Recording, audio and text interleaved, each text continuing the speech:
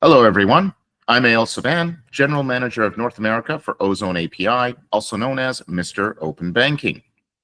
I'm very excited about this edition of Global Voices. We're going to be talking about the current state of open finance in the United States. That has been on a bit of a roller coaster lately since the release of its Section 1033 regulation that was finalized on October 22nd of last year, 2024. That was after years and years of deliberations and consultations, resulting in a draft issued the prior year in October of 2023, which received 11,000 responses, finally culminating in the release of the final Section 1033 rule, the Personal Financial Data Rights Rule, on October 22nd, 2024. But that's where our story begins. Since then, the regulation has been on quite the roller coaster, and it is a story for the ages. I am joined by two experts who have been in the thick of that narrative to talk all about what has happened since the release of the final U.S. open banking rule and today. I'd like to welcome Stephen Boms, the Executive Director of FDATA and President of Allon Advocacy, and Dan Murphy, the founder of Sunset Park Advisors. Welcome, gentlemen. It's great to be here. Great to be here, y'all. So as I said, October 22nd, the Consumer Financial Protection Bureau in the U.S. finalizes the Section 1033 rule, fully named the Personal Financial Data Rights Rule, the American answer to open banking. But something else happened that day. Why don't we begin our story there? What else happened on that day that the rule was released? Well, Eyal, I'm happy to jump in. I think what you're getting at is the largest banks in the United States immediately sued the CFPB, arguing that the rule was unlawful. I would also add that they sued after spending years engaging on the rulemaking, providing comments on the rulemaking that, from my read, seemed to be supportive and give kind of constructive input into what they wanted the contours of that rule to be. And that started us on this roller coaster, as you say, this journey that we've been on for the last, it'll be a year now, in just a couple of months, that we are still riding as we speak. Yeah, that's right. And Eyal, I think that's right. I think the day the rule was released, this lawsuit came out. And while that was the start of sort of the latest chapter that, as Steve says, we're now in, I think it's probably also important to note that the rulemaking process had stretched on for years and years before that, through about 5 separate public comment periods with engagement from all sides of industry, great deal of back and forth between the CFPB and banks, between the CFPB and fintechs, between the CFPB and consumer groups and privacy advocates and many others. So I think the quickness with which the lawsuit was filed was a bit of a surprise to a number of folks in the industry, including, I think, a number of banks who have been constructively engaging on this topic for a number of years. Speaking for myself, and I should probably note that everything I'll say today is really only Dan's opinion, doesn't represent the CFPB's or even the ex-CFPB's point of view. It was certainly a surprise to me when the lawsuit came out. So many would say that some form of open banking actually existed in the U.S. for decades. Some form of data sharing certainly did, going all the way back to the 90s. But 1033 represented the first attempt to introduce some guardrails, some regulatory guidance around that activity in the form of standardized APIs and other conditions in keeping with what was happening around the world. That seemed like something that was consistent with the spread of open banking. The lawsuit disagreed. Give us the Coles Notes version. What exactly did the lawsuit say? Well, Eyal, before we even get into that, maybe I can this is a personal pet peeve of mine, and so I'm glad that you've asked this question. It is true that there was some data sharing taking place in the US market before 2024, right before the rule was finalized. However, there was not open banking in the United States, because while it's true that the regulation put guardrails in, and by guardrails I mean protections around how data can be used, requirements for third parties on data security, on data privacy, what did not exist was a legally binding right that said, Dan, you are a customer of Bank A, you have the right to share elements of your data with third party B, whether that's a bank or a fintech, so long as third party B follows certain rules. And so there was this perception globally that the market in the US had delivered open banking, and therefore regulations weren't required. In truth, the market had been looking to the CFPB since October of 2016, when then Director Rich Cordray publicly at Money 2020 announced that the Bureau was going to begin the process of examining a rulemaking on this score, which gave the market something to kind of shoot towards. And it should not be surprising that that's around the time that API deployments start in the US. And so there's always been this function of the regulator as the guidepost for how open banking is going to be delivered. So with that as context, the lawsuit itself last year argues effectively that the entire rule is unlawful. It argues that the definition of consumer in the Dodd-Frank Act, which is the statute under which Section 1033 was written, does not mean third parties, even though the plain text reading of the definition of that term in statute is a consumer or their representative, meaning a fintech or a bank acting as their representative. It argues that banks should be able to charge for access to data, even though the rule explicitly prohibits such charging for fees. It argues that payment data should not be included in any open banking rule, meaning that you should not be able to use pay by bank or peer-to-peer payment apps. There's a whole bunch of elements of it. I'm sure Dan has others that he'd like to call out, but at its core, Eyal, the lawsuit says, scrap this entire thing and start from scratch. So let's come to you, Dan. Anything to add before we move on with the next chapter of the story? Well, I think maybe I think Steve outlines the lawsuit relatively well. I think and there's more to say there, but it may not be worth getting into all the nitty gritty of it. I think the thing I would add, though, is to your point, Eyal, about the market conditions in the US. There was data sharing, whether we call it open banking or not, happening in the US prior to the rule coming out. And in fact, I would argue in many built by the fintech community going and getting data when the banks weren't making it available years ago. There was actually more data sharing in the US than a lot of other countries that had quote unquote regulated open banking.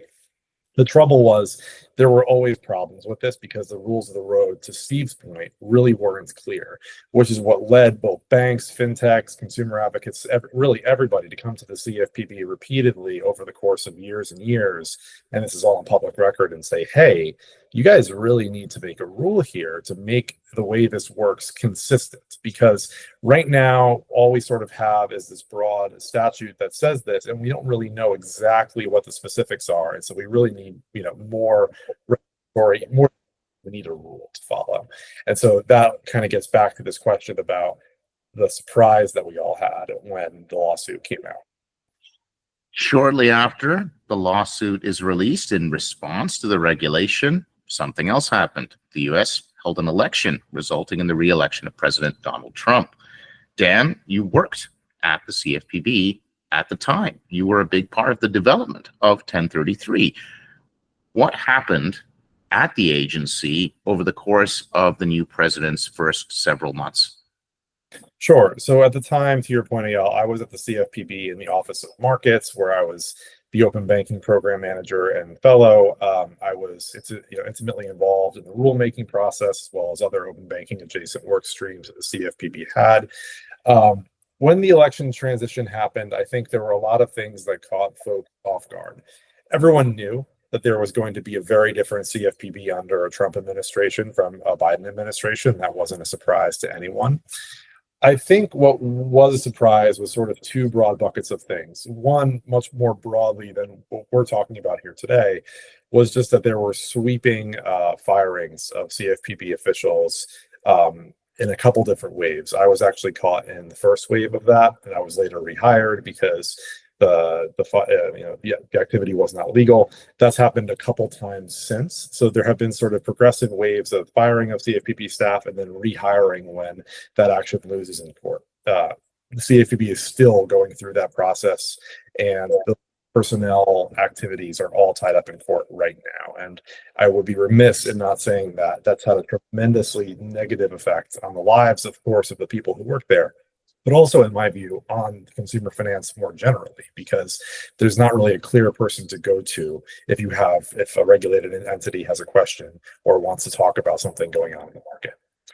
The other thing more specific to what we're talking about that happened at the CFPB is that while everyone sort of expected, sure, the CFPB would have a very different posture under the Trump administration, it was a pretty widespread expectation that 1033 and open banking would be an exception. It would more or less stay the course, probably with some adjustments, because that would be normal for a new administration.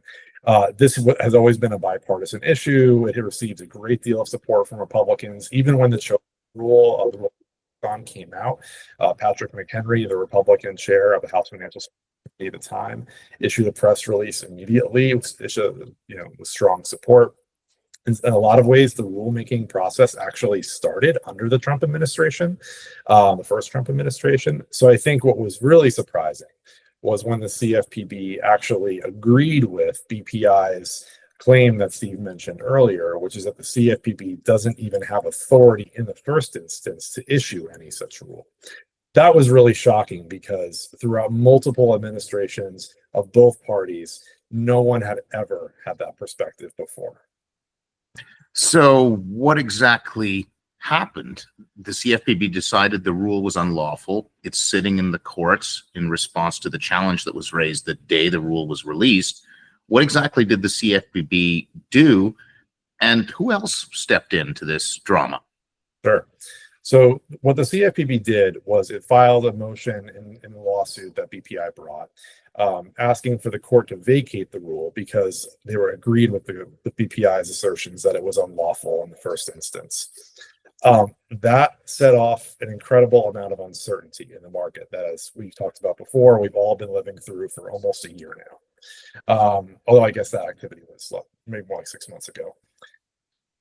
More recently, there have been interesting developments in the market that seem to have changed the CFPB's mind on that. The one that I think we'll get to is this decision by JP Morgan Chase to begin charging fees for data access to data aggregators and fintechs in the market for who enable consumers to share their data. That activity seems to have raised the alarm at the CFPB about the dangers of the trajectory they're now on. And so they actually, in effect, have retracted their request for the court to vacate the rule and are now saying that they're going to very soon issue a new advance notice of proposed rulemaking and start a new rulemaking process that will amend the existing rule that was finalized when I was at the CFPB under Director Chopra. And so the current state of play is that our rule stands, the Chopra rule stands. The implementation deadlines are July of next year. And the new CFPB is asking questions, very likely in its advance notice of proposed rulemaking, to think about how it might eventually change that rule. But for now, that rule is the law of the land. Wow, quite the story. Let's dig into that JP Morgan announcement. But before we do that, tell me about the role that the FTA has played in this court case. I'm happy to jump in there. So shortly after the change in administration, the Financial Technology Association, or the FTA, sought to intervene in the litigation as a defendant. And the court initially, the judge in the Eastern District of Kentucky, initially kind of put off that request, right? And effectively, and I'm paraphrasing, said it's premature at this point. There is a defendant, it's the CFPB, and until or unless we get any notice from them that they will not be defending this regulation on their own, there's no need for an additional defendant to step in. When, as Dan articulated, the CFPB initially said, we agree with the banks, let's vacate the rule, they were then allowed by Judge Reeves in Kentucky to step in and defend the rule. And so they have been in the role of the intervener defendant for the last several months, arguing on behalf of the entire third-party ecosystem, which is not just fintechs. It includes a whole cross-section of other stakeholders, including retailers, crypto companies, Main Street businesses, and certainly fintechs, to keep the existing rule in place.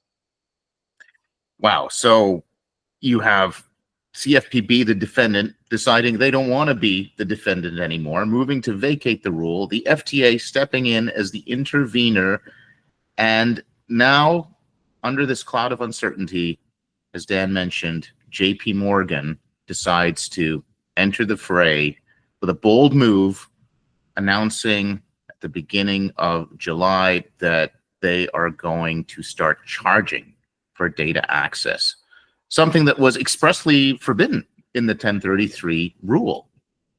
This has set off quite the furor in the fintech and banking industry in the United States. Gentlemen, your thoughts on that move from JP Morgan Chase? I'm happy to start, Eyal. So first, it took the entire conversation from a hypothetical one into a pragmatic one, right? So those of us on the third-party side, right, and I will wear my bias on my sleeve, had kind of warned that this was a potential outcome of abandoning the 1033 regulation. My view is not only are fees for data access prohibited under the regulation, which of course they are, they're also prohibited under the statute, which itself says, and irrespective of any regulation, that a data provider must make this data available to a consumer or their representative upon request.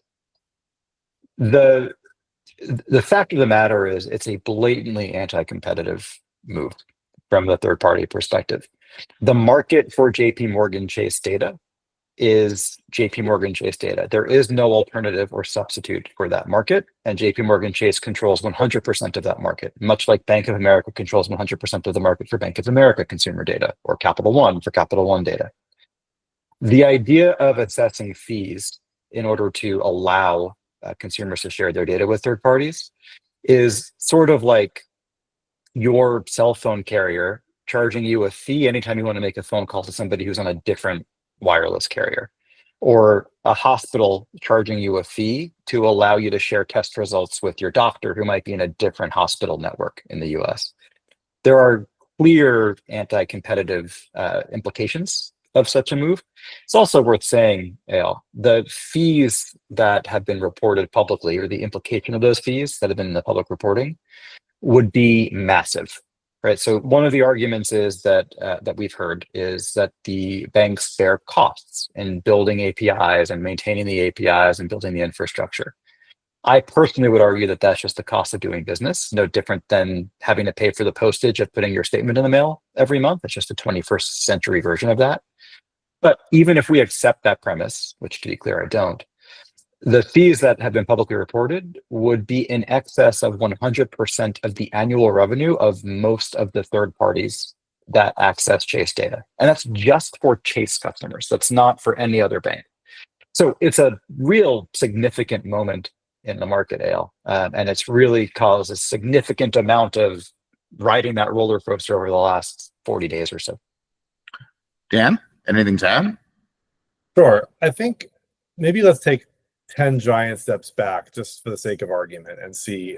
So if the argument in favor of fees is that, wouldn't this all work better if there was a revenue model in it for everybody? And wouldn't that just sort of grease the wheels and make everything easier? Okay. I think that's fine, but that doesn't necessarily, there's nothing that's unique about that argument for open banking. First of all, I think, we would all probably be more likely to go to the dentist more regularly if someone paid us to, but there are certain things that you have to do in life for. I think that's not really the argument, though. I think the argument is actually a lot more practical and legal than that. So you believe, as I believe, and Eyal, I think you may, but you can tell me if I'm wrong, that open banking is really a part of a broader suite of consumer data rights that should exist in the modern economy. And that's the way that it's framed in the US. The statute says consumer rights to access information. As you all know, it's also the way that it's framed in many other jurisdictions as well. I've never been able to get myself to grok how a consumer right could be subject to a fee by a private entity when a consumer has a right over their own data. That doesn't really seem to make any intuitive sense to me based on the meaning of the word rights. That's number one. Number two, the way the statute is written right now says subject to, it says upon request, this information needs to be shared. It doesn't say anything about fees. I've seen some folks out there arguing that, well, couldn't the CFPB do something similar to the Durbin Amendment and allow fees that way? The Durbin Amendment is an amendment. It's a statutory instruction. It's not a regulatory, it's not a piece of regulatory discretion exercised by someone in the type of position that the CFPB is in here. That's two. The other thing is the sort of how would they do this is a more practical question I have. So as far as I understand it, I think the CFPB has basically three potential paths they could take right now, or maybe four. Number one is just staying the course and not making any change to what the current rule says about fees. And again, I want to emphasize that the current law is no fee. Number two is the CFPB could just propose to extract that language, not add anything back in. That is, the CFPB could just decide to be silent on fees. But as we've seen in the market, I think JP Morgan has actually taken that option off the table, because the avowed reason for the CFPB reversing course on this is to stop JP Morgan doing from what they've just done in the market. And if they were to be silent on whether or not fees are allowable, that would just be a clear invitation to JP Morgan and others to undertake this type of activity. So I think that option is now off the table. Thanks very much to JP Morgan. Number three would be on the front end to set a price for fees. In other words, you could say fees maybe under X amounts are allowable, right? Well, there's a lot of problems with that. First, back to the thing I started with, you don't have any statutory basis for that. The statute says upon request. It's not like the Durbin Amendment. It doesn't say anything about subject to fees at a certain level. So the CFPB would have to set a price without any explicit statutory instruction to do so from Congress. But even beyond that, how would the CFPB just practically set that price? They'd have to go undertake a really complex data collection process in the market to figure out what the right price is for that data. You know, I'm not exactly the most conservative guy in the world, but I don't think government price setting makes that much sense in a lot of contexts. And I have a really hard time believing that a Republican administration is going to believe in government price setting as well. The fourth option is just really a variation of that third option. It's still government price setting, but the CFPB could basically say something along the lines of reasonable fees are allowed. But then that gets them right back into the same jam as number three, where they're going to set off a mess very similar to what just happened in the market with JP Morgan. Everybody's going to go complaining to them, and they're still going to have to come back through the supervision and enforcement mechanism and decide whether or not a given price is allowable or not. That is, they're going to have the price set on the back end rather than the front end. So I really don't see any practical way for the CFPB to be able to get to a yes on fees, either as a legal or practical matter. As you both implied in your answers, two sides emerged in response to this announcement. Certainly, there were many, particularly from the US fintech community, that stated many of the points that you've just stated, that this is anti-competitive, it's going to stifle innovation and trample on people's data rights. However, another camp emerged. Your answers spoke to some of the challenges to that position. I'm going to ask you both to do something rather difficult. If you were to steelman the argument made on the other side, I might add, often made by people from places where open banking is a lot more mature than it is in the US, what would you say? Why don't we start with you, Steve? I'm going to reject the premise of the question, Eyal. It's patently illegal under existing law. Look, I get the inclination, right? If you are an entity that is going to have to spend money to build infrastructure, like, of course, you want to at least have that cost shared by the other side of the market that will be using that infrastructure. But that's the strongest argument I think can be made here. In reality, the infrastructure has been built collectively through the financial data exchange, or at least designed collectively through the financial data exchange. There are, at last count, 114 plus million consumer accounts that are relying on that shared standard that third parties and banks have all contributed to over a period of about a decade now. And so I honestly don't know that it holds water, Eyal, other than as a commercial inclination, which is entirely understandable. but not one that I think is permissible or workable in the marketplace. Dan may have a more generous view than I do. I do think it's fair to say that the argument is so flimsy that to me it's difficult to steel man. I'll do my best to maybe aluminum man it, which is I think the best they'll be able to do. I think the argument goes something like this. Banks have invested an incredible amount of money to stand up APIs, which are the foundational layer of open banking. And because of that incredible investment, they deserve to share in the profits and share in the revenue that are generated through the open banking ecosystem. And it's unfair to expect them to maintain all of this on behalf of companies that they don't actually work with. There are a number of problems with what I just said. The first thing is that the fact of the matter is, and this is where I would a little bit challenge the premise of your question too, Eyal, is that the US open banking ecosystem, as a matter of regulation, to Steve's original point, may be less mature than other jurisdictions around the world. As a market matter, there's more data sharing happening here than in many of those jurisdictions, not because the banks, 15, 20 years ago decided they were going to stand up APIs and enable all this data sharing, but rather because fintechs decided to just go get that information themselves. And once that all happened, the fintech ecosystem that we all know today was.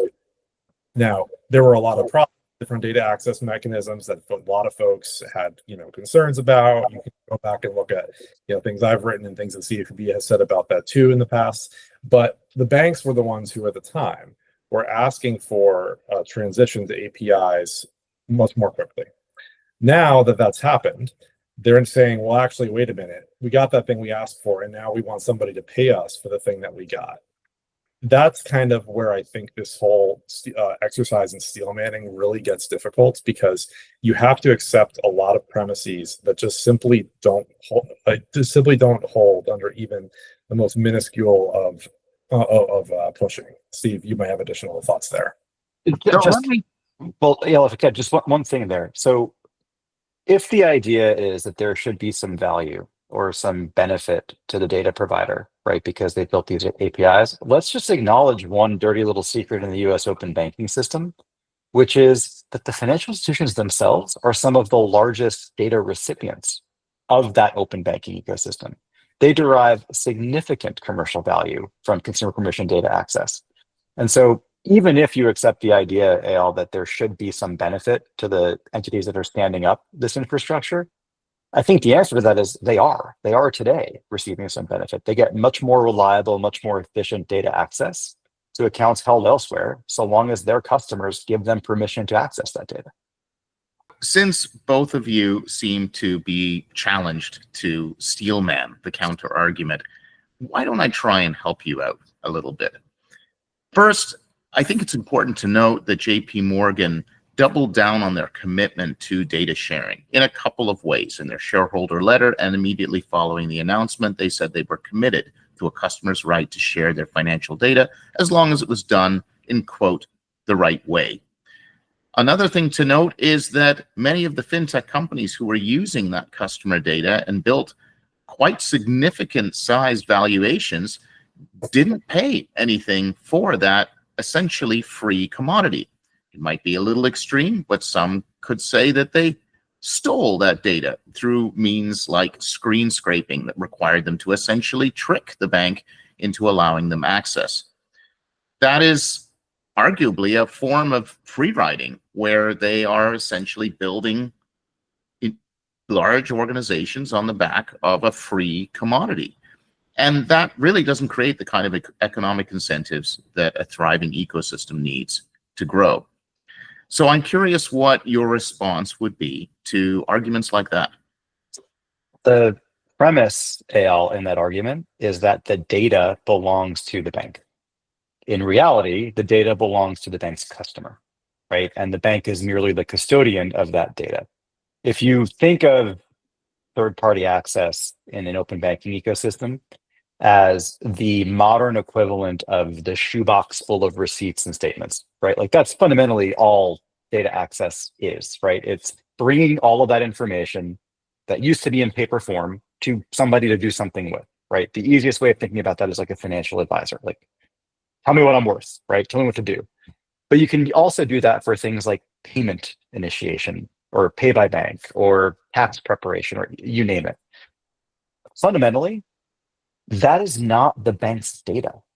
That is their customer's data. And when their customer has raised their hand, gone to a third party, whether that's a bank or a fintech, and said, you've got a service I want, tax preparation, let's say, right?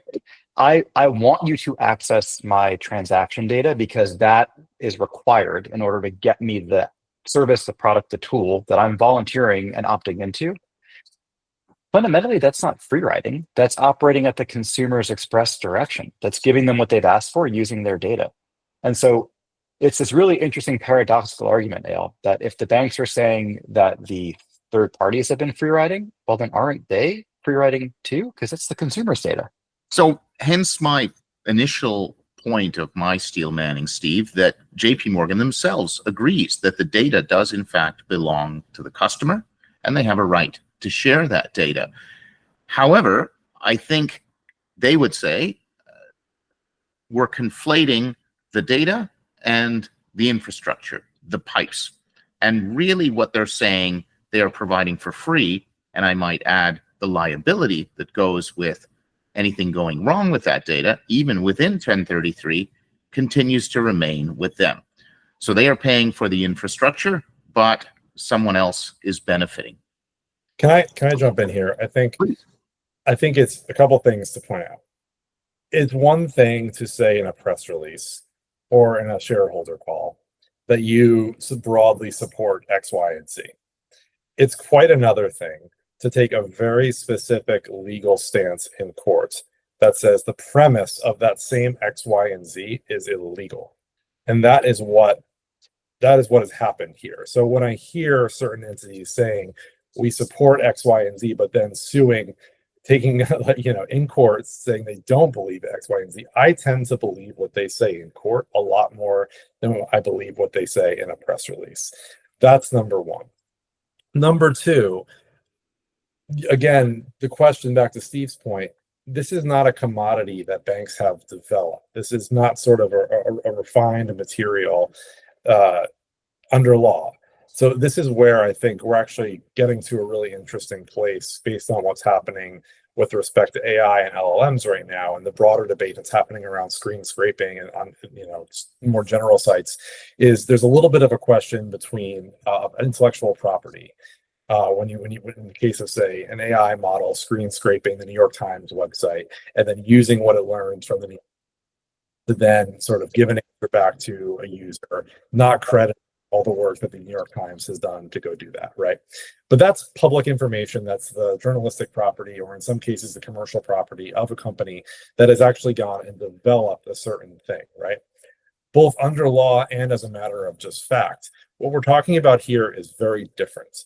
The consumer's data is the consumer's data.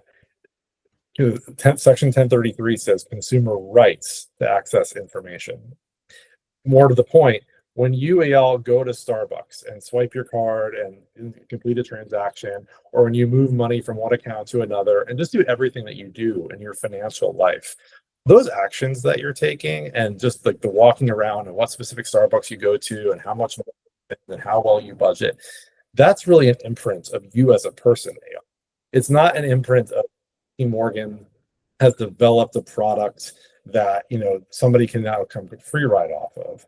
It's an imprint of who Eyal is. And if you're somebody who's read the book Surveillance Capital, I would point you to that, because I think that it really gets back to that fundamental misunderstanding that a lot of folks seem to have about what data is. It is not a commercial commodity developed by a private entity. When we're talking about consumer data is a digital imprint of consumers' lived experience in a way that Congress has decided consumers should have rights over. And that should not be subject to the same type of commercial relationships as something like, for example, an article that someone may go write or an instruction manual that someone may go develop and put online. My brain works in for instances. So Dan's right. And Dan's taken the more intellectual academic approach to it. Let me give you a for instance, Eyal, as we used to say in New York. Here's the analogy that I think of when you talk about the Chase shareholder letter and what they're doing in the market.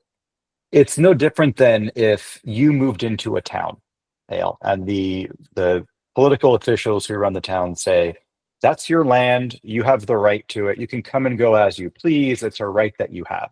But then one day they decide to build a wall around the town, and there's only one road that gets in and out, and there's a gate.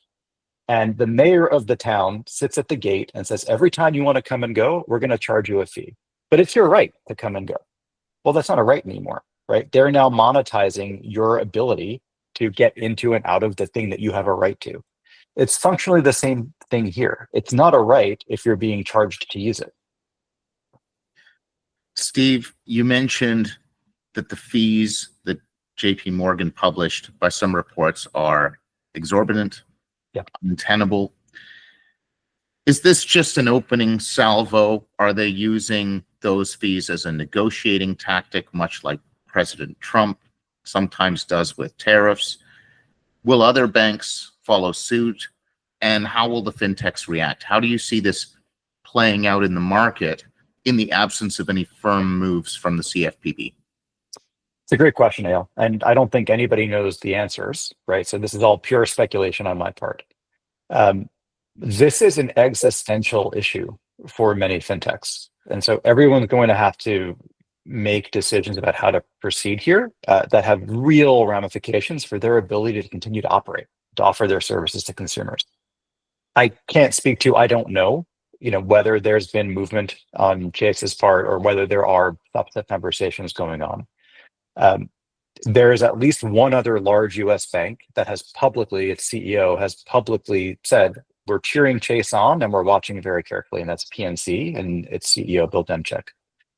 As of now, I'm not aware of any other US financial institutions that have publicly signaled that they intend to follow suit.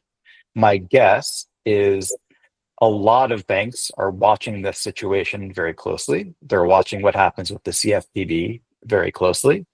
And that's a decision that they will have to make, or they will intend to make after they see how this all plays out. So how will this play out? Dan, earlier you mentioned the latest move from the CFPB, this announcement of an upcoming advance notice of proposed rulemaking. Can you elaborate? What exactly happens now? Where are we? Has the ANPR been issued? Will it be issued? Sure. So I think we're expecting the ANPR really any day now, based on what the CFPB has said. So sometime, I suppose, in the next week or so, although who knows, these things could always slip. Generally, a lot of ANPRs would take the form of a broad set of questions that an agency would ask to the public to better inform their understanding of an issue before they really get into the harder parts of a rulemaking process and proposing what they actually want to do to take an issue on. I very much suspect that this ANPR would look similarly, where it would broadly ask questions about the market, maybe with some high-level thoughts. So that's generally what you would expect from an ANPR. After that, the process goes something like this. Once the comment period closes, the CFPB will probably take some time to go back and consider what it wants to do based on all the information that they receive. And then they will need to put something out called SBREFA out. SBREFA is the Small Business Regulatory Enforcement Fairness Act. Essentially what this is, a process they have to go to determine what the impact of any new rule they propose would be on small businesses. So this is an important part of the process that they're going to have to go through pretty much no matter what, because even if, for example, they decided to exempt small banks from the process, there are any number of small third parties that are active in this ecosystem that I think would be affected by almost any rule the CFPB would write. So that's the next step. They would issue us a brief outline. They would have to convene a group of small business representatives to give them feedback on the broad things that they're contemplating in the outline. And then the CFPB will have to write a report summarizing that feedback. They'll take some time that again to think about what they want to do, how they want to adjust based on what the feedback they received. And then they'll file a proposal, a notice of proposed rulemaking. There again, there'll be a public comment period. Folks will give feedback, and the CFPB will need to go back and once again consider, okay, what do we want to change back based on the feedback that we received. Then the CFPB will proceed to issue a final rule, which may have, may be very different than the current rule, or may just make small adjustments. We have no way of knowing where that's going to go yet. I think it's important to note that having just come out of that process myself, I can say the process is arduous and long and requires people and resources. And I think the CFPB may find that they haven't fully appreciated yet. This is a complex issue. It's going to take them some time to think through this. So I'm not expecting a new final rule for several years. What does that mean for banks and fintechs who are worried about the compliance with the current rule, which currently stands? What's their move here? To close us out, let's cut to the chase. You see what I did there? Well, what do banks do? Do they react somehow to the announcements from JP Morgan? Do they react to the ANPR from the CFPB? Or is the best move to sit back and let the dust settle before they make any major decisions? Look, I think banks, before all of this started with the BPI lawsuit, had long been on a path to coming into compliance with an eventual open banking rule. And here I want to stop. I think a lot of the content that we've talked about today has felt a little bit like we're maybe beating up on some of the banks. I don't want to paint them all with the same brush, though, because I think there was a high degree of disagreement about what JP Morgan did, from what I understand. And I think a lot of bankers really are much more constructively minded on this and have been knowing and planning to come into compliance with an open banking regulation for years. And so if I were a bank, I think I would go back to those plans and make sure I'm ready for when those implementation deadlines hit. We know that the banks have recently asked the court to toll the implementation deadlines to push them further. I don't know what the court will do there. I don't know if the CFPB will try to find some way to push the implementation deadlines.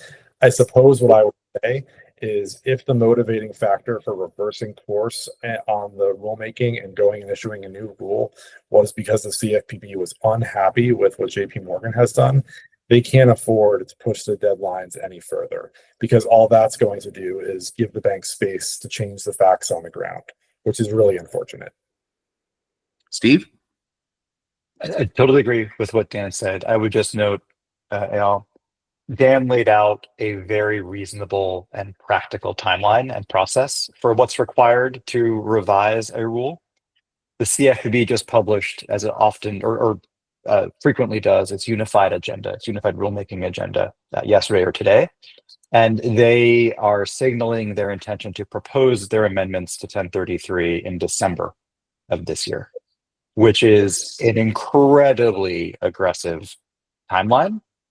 Which presumes that they will not issue a SBRIFA or go through the SBRIFA process. It makes a lot of assumptions.